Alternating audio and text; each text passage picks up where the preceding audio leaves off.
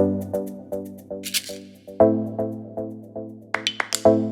guys, this is Sarah with The Painted Farmer, and today we're going to be painting a mermaid tail. So, in order to get ready, make sure that you have your space covered with a tablecloth. Make sure you're wearing an apron, because if you're getting a paint party kit from me, this acrylic paint will definitely not come out of your clothes. Make sure you have water for your paint brushes and a plate for your paint. So you're going to want to choose 3 or 4 colors. And for each color, you want to do about this much. So a few inches of each color. Really, it's up to you, but that's what I find best. So first I'm going to take my aqua. And you're going to want to paint kind of fast, because at the end of this, we need to blend it all before it dries. And usually in my videos, I tell everyone to paint thin, but you're going to want to paint pretty liberally or pretty thick so that the paint doesn't have time to dry before you can blend it. So I'm going to skip that much, and then for pink, and then about that much for purple. So then I'm going to come down here, make a mark with my paint fingers, and do that with blue again, or aqua. It does not have to be perfect. This is all going to be blended, so you can be as sloppy as you want to be. Please do not waste your time trying to get perfect lines. And remember that you do need to be painting pretty fast. So again, we're going to skip about this much. And when you do this color, you're just going to pretend like there's no gap here. So say that's pink, and the next is purple. So we're going to do just a little bit of aqua here at the very end.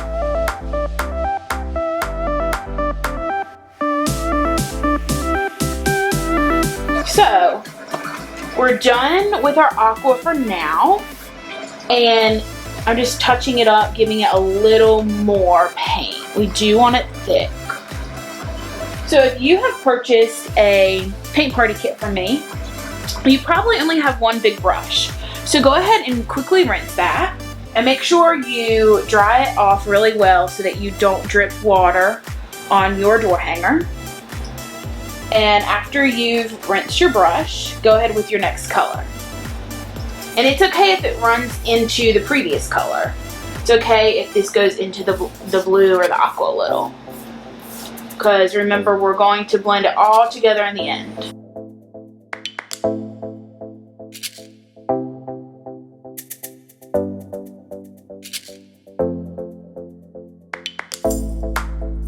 Go ahead and rinse your brush and dry it, and then move on to your next color.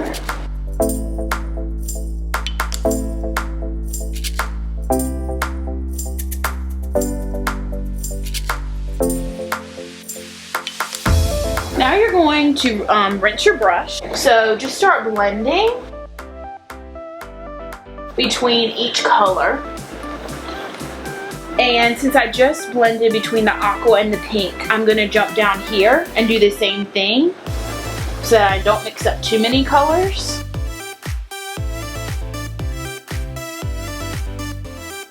And you can blend as much or as little as you like.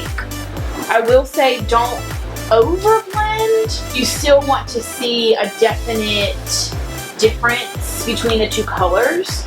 I feel like I put a little too much of the pink up into the aqua, so I'm just going to go back over it. Rinse your brush again, and just blend a little bit again. So we're going to move on to our next 2 colors, which will be pink and purple. So go ahead and either just quickly wipe off your paintbrush with some paper towels, or quickly rinse your brush.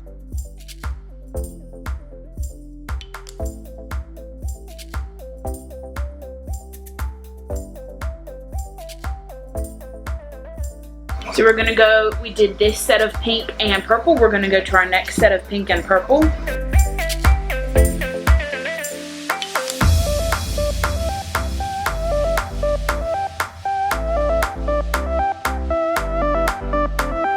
Okay, so we've blended most of our colors.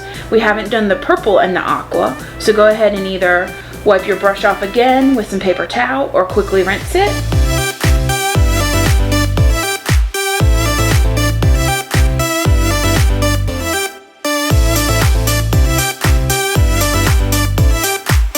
if you can tell, I'm not sure that you can in this video, but this paint down here is a lot more fresh and wet than this paint. And you can see how much better it blends, or at least in my opinion it does.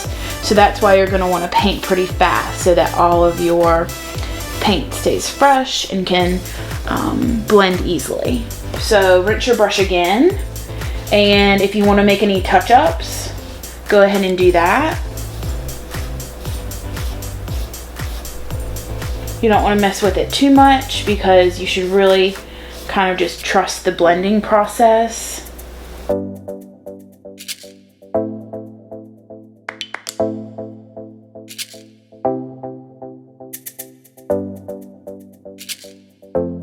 So the next step that we want to do is just kind of run your finger along the edge, because there is going to be some residual paint that's going to want to kind of just pool there and not dry. And if you move it off your workstation, it will end up dripping. Now the next step is to blow dry, and you want to make sure that you blow dry very thoroughly, because when we go to paint our scales on, you never want to put wet paint on wet paint, because that will just make a mess.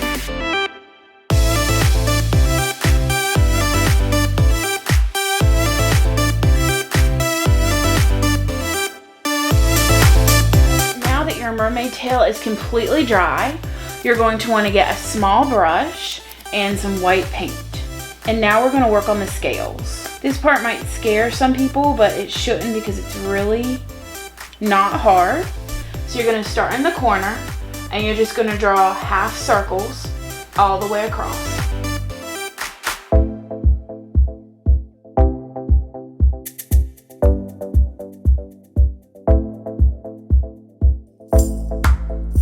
So for the second row, you're going to want to start in the middle of the top half circle. And you're going to want to go this way to make half a scale or a quarter of a scale.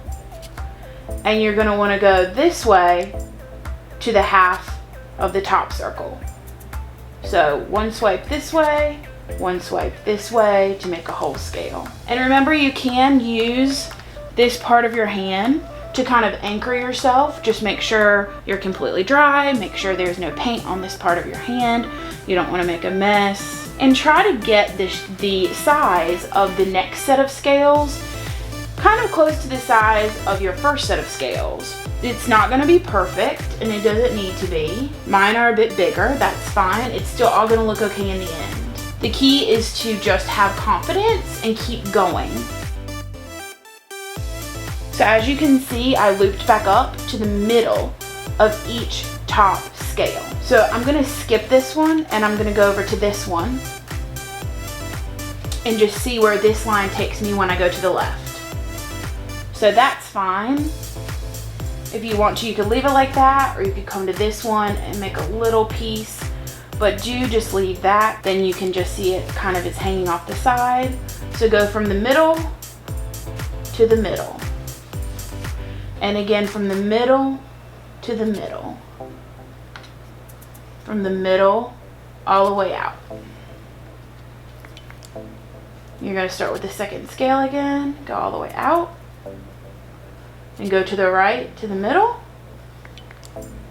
go to the right, all the way out.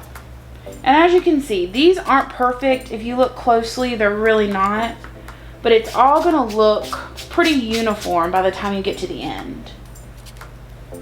Now, as you go down, you're going to kind of want to taper in towards the inside of this tail, because we don't want our scales going all the way down. Although if that's what you prefer, you could keep going, but I'm going to show you guys something different. So I'm going to go, instead of going out this time, I'm just going to go in. I'm just going to go to the right, because we want fewer scales as we go. I'm going to add one down here. It's kind of going to go off.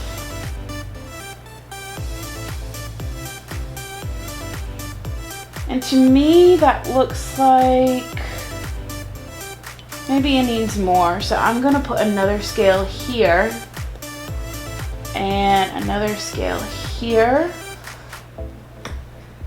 and then taper it down to about here.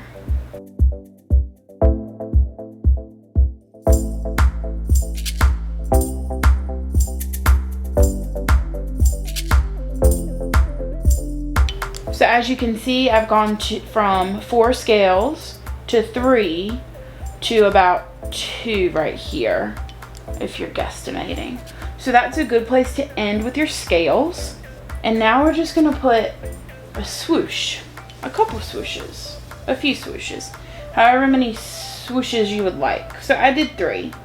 And really, you don't want to be particular about them or overthink it. You just kind of want to flick your wrist. Now over here, I'm just going to do one on each side, because when I go to personalize this for someone, I want to be able to write their name either going down or going across. So for example, my name is Sarah, so I would just take the paintbrush and I would just use it like a pen. But don't be afraid to paint your name on. If you're feeling nervous, you can practice on a sheet of computer paper. You can practice as much as you need to until you feel confident. Or if you want, you could buy yourself a paint pen and you could just simply write your name right there. Thank you guys so much for painting with me today. If you like this video, please give it a thumbs up and subscribe to my page. And also please head over to Facebook and check me out at The Painted Farmer.